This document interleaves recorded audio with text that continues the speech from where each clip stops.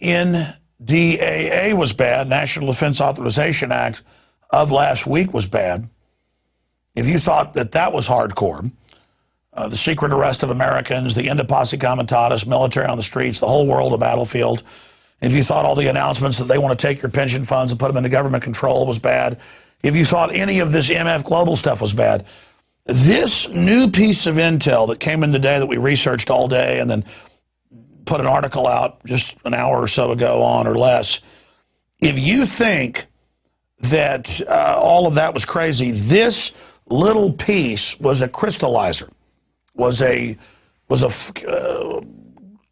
real indicator of just how serious things are. And what am I talking about? Well, there it is on screen right there. Exclusive government activating FEMA camps across America, across the United States. And of course, that's quite a headline. We have the emails, we have the internal Halliburton KBR documents, government defense and infrastructure, not for public eyes, restricted info, sent to us by people in government. I'll just leave it at that.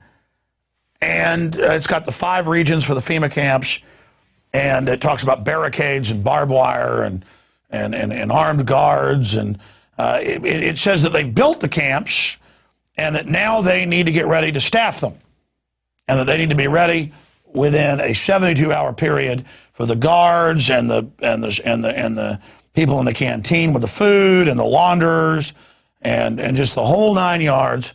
There it is. So they've been setting this up for more than 2 decades, and now they started earlier in the year, back in February of this year, advertising for upwards of 100,000 internment specialists here in the United States, and now we're learning where they'll be at. Now, this particular manning of the camp is your local sports stadium, your local FEMA center.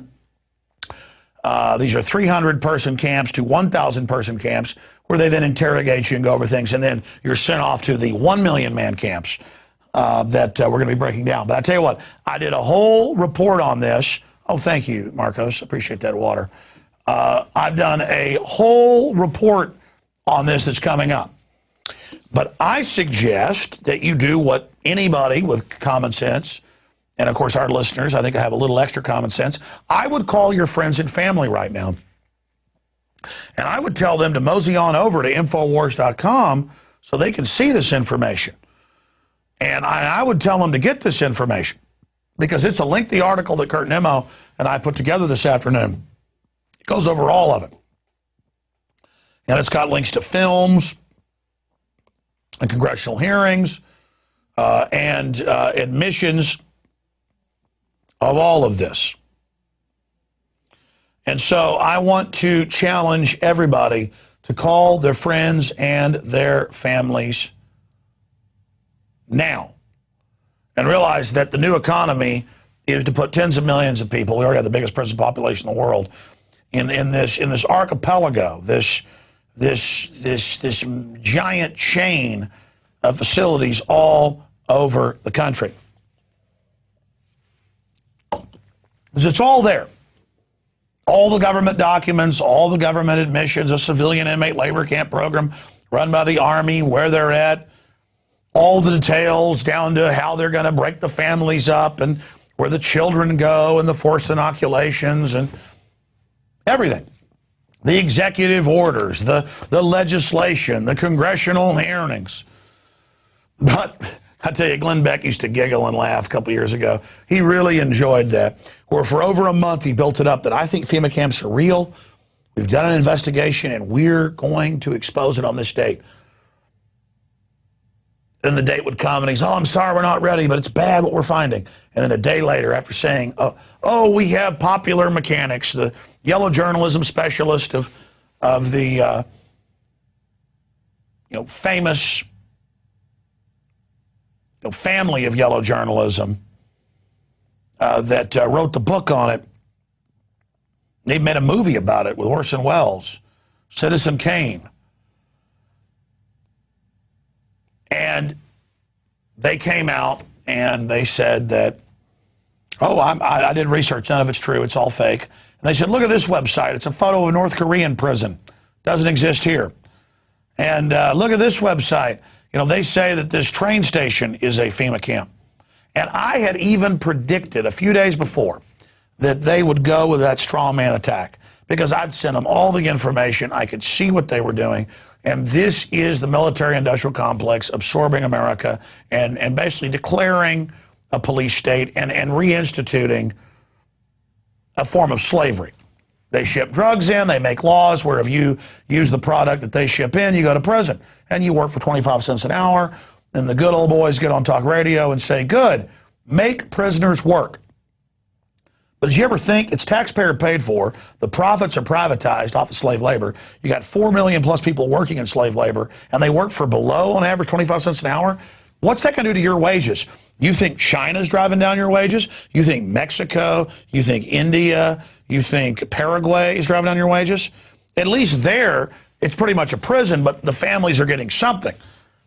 This is people in prisons that are taxpayer paid for, and then the profit is off of somebody working for 25 cents an hour or less. Telemarketing, furniture, license plates, refurbishing computers. And by the way, the Japanese-American main group has come out and said they're worried about the NDAA and secret arrest of Americans and all the rest of this. I mean, it just boggles the mind that all of this is happening.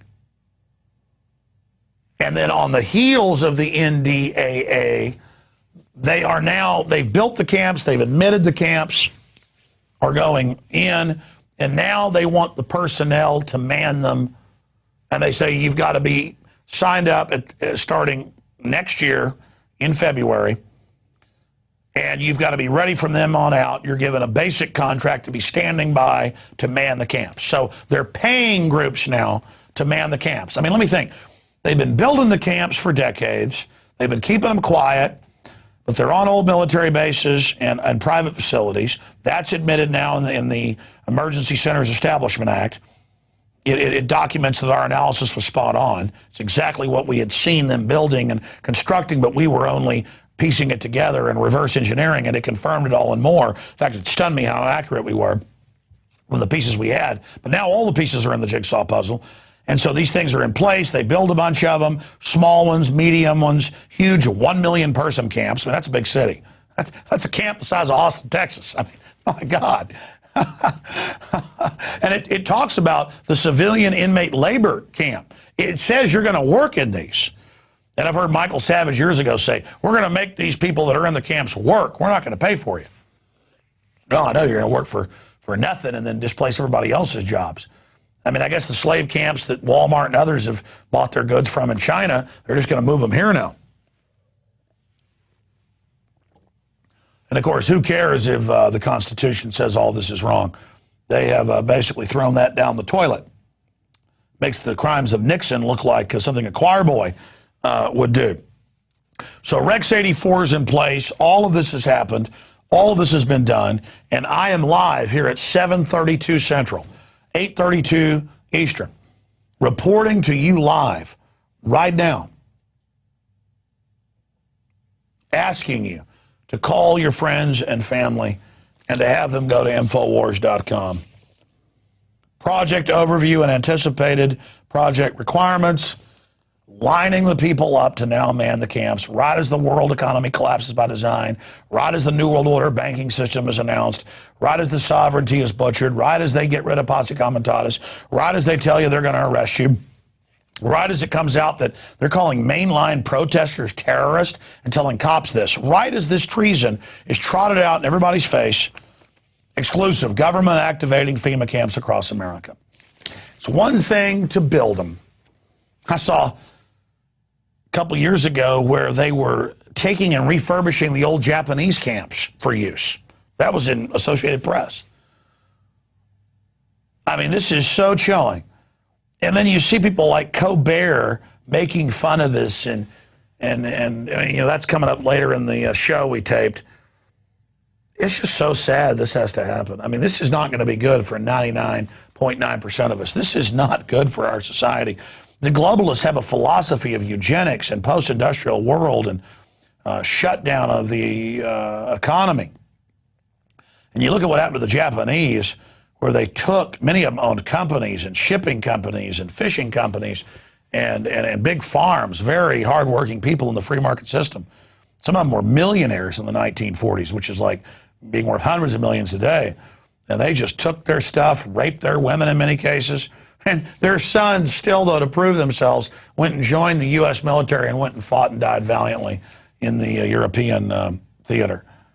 I mean, as if somebody who'd been American for 100 years couldn't be trusted. And they arrested some Italians and some Germans as well. In fact, Fredericksburg, outside Austin, they put up signs saying that they were a Dutch or Croatian, depending on which sign they put up, community. And they said, oh, we're not German. They took all the German signs down. Now it's a big tourist trap.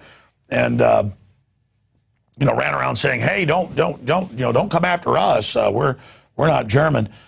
I mean, this is ridiculous. I mean, if we had a war with England, when we started arresting anybody who had an English name, oh, my name's Jones, or let's say we had a war with Mexico, which could happen. Mexico is just totally collapsed, out of control. Wouldn't we arrest everybody with the name Gonzalez or Hernandez? I mean, this is what we're talking about.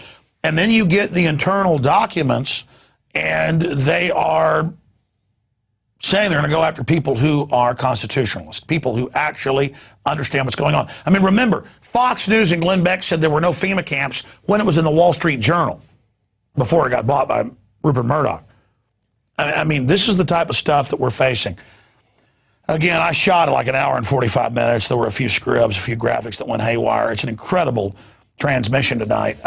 You know, sure, it gets seen by members of PrisonPlanet.tv, and then it goes out on the web later to everybody else. And I'm sad that our average newscast only gets seen by a couple 100,000 people.